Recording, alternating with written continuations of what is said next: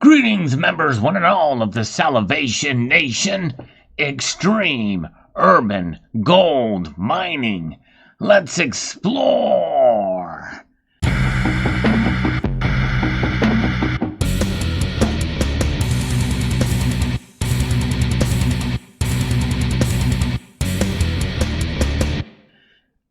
Likely you're not going to just find one of these nuggets like what you see here in this photograph on the street, just hanging out as you're walking down any town street or what have you, or anything like this, although this nugget was found by chance just walking a dog.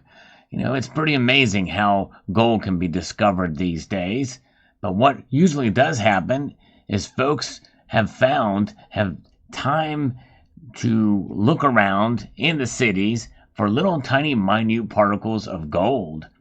And such as this gentleman here from the New York Post, who actually has done very well mining these streets for small little tidbits of gold. In fact, a channel here called Klesh, he has actually done that as well in the Diamond District and has found some success finding gemstones and little particles of gold. And also there is quite a following of people who are actually looking to find particles of platinum and palladium.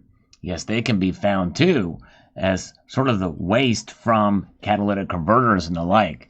So there is a sense of being able to kind of mine or prospect, maybe is probably a more accurate term for it, to get gold and silver, sometimes platinum and palladium off the streets. Yes, indeed. Quite exciting.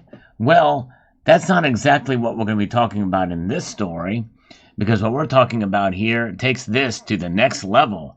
Yes, indeed, next level urban gold prospecting or mining, because it takes it to another more scientific measure.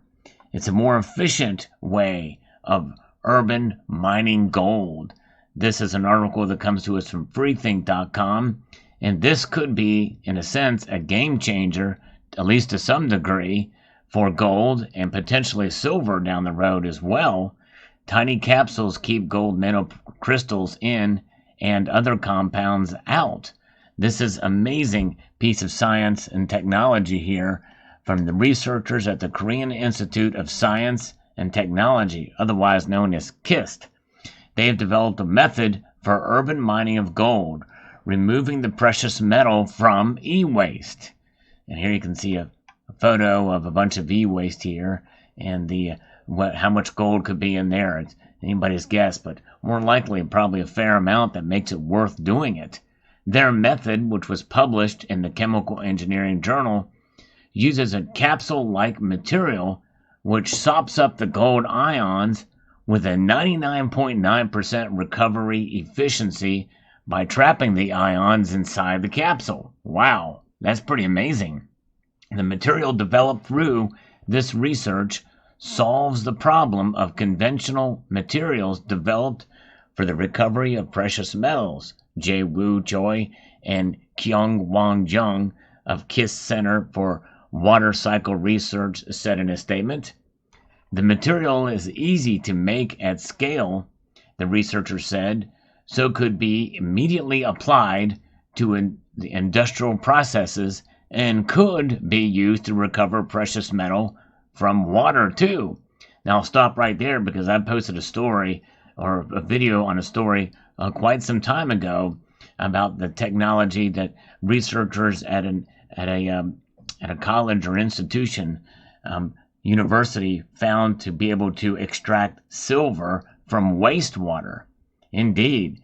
And so more likely this is kind of maybe piggybacking on that technology and be able to utilize it, because when you think about it, there is gold in the oceans. How much gold is out there? Of course, obviously it would take a heck of a lot of gallons of water to process just a very tiny, minute amount of gold. But in a sense, gold and also silver is everywhere. It's just a matter of finding an economic process or a economically viable process to remove it. And so, yes, indeed. Urban mining for metals, there's an ever-increasing demand for electronics made with rare metals, and harvesting them from sources like e-waste could be an economic an ecologically friendly alternative to conventional mining. The technique called urban mining uses various processes to extract the metals. In fact, we know that the Royal Mint, and I've covered this in the story too, has begun doing that with a lot of the electronic devices, and they are actually actively doing that right now. So it's something that's been done, and we've also seen videos on YouTube of people extracting, with chemical processes, extracting gold from circuit boards and computer chips. There's a lot of e-waste for urban mining. The UN estimates that the world produces 50 million tons of e-waste annually, weighing more than all the commercial jets ever made. An admittedly odd, if striking, visualization to think about. Wow. That e-waste can be harmful to the environment, according to William Allen Wrench of the think tank Center for Strategic and Industrial Studies. Toxic materials like lead and zinc can leach into the soil if in a landfill, or release toxins into the air when burned or treated with the usual chemical techniques for recovering silver and gold. But there's also potential in all of that raw material. The treasure is in our dumpsters, Rice University chemist James Tour said when announcing his lab's new urban mining method, which uses flash heating. That's something.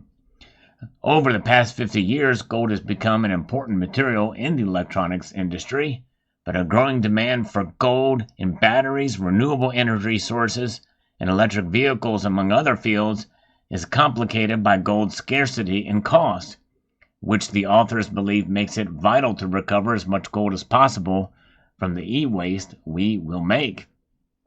And we know that gold is uncompromised in terms of interactivity with the environment. It does not react to the environment, which is why the gold is primarily used for space applications.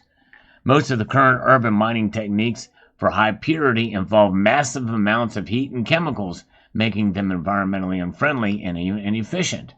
Urban mining can help stabilize the availability of gold, but most of the current techniques for high purity involve massive amounts of heat and chemicals, making them environmentally unfriendly and inefficient, as we said.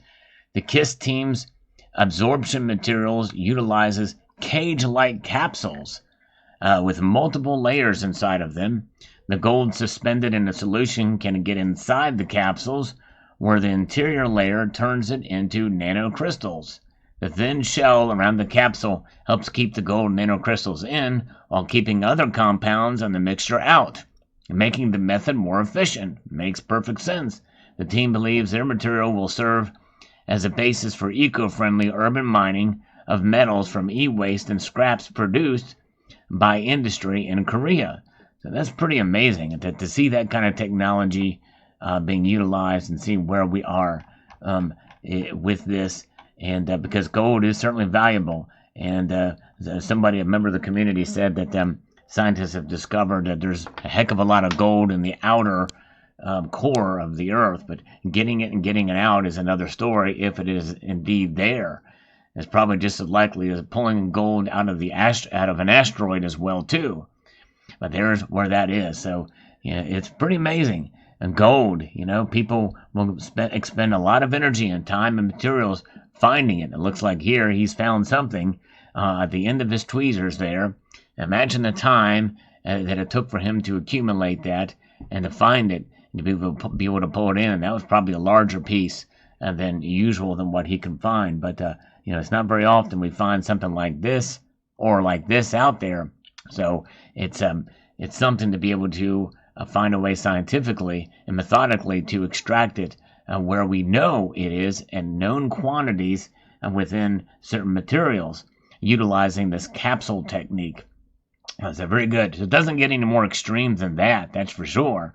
And so that just goes to show you, folks, that more than likely where technology is going, before there's ever a replacement material such as graphene, which you don't hear much about these days, but I talked about it on the channel when it was all the rage. I don't think it's going to be replacing silver or gold anytime soon. So therefore, the bigger focus is to take the already known existing qualities of already expended or consumable gold and recycle it in such a way as this. So there you have it. Let me know what your thoughts are in the comment section below. Hope you enjoyed this video. Would like to extend a multitude of gratitude to you all for taking the time to watch, and to encourage you to please rate, share, comment, and subscribe.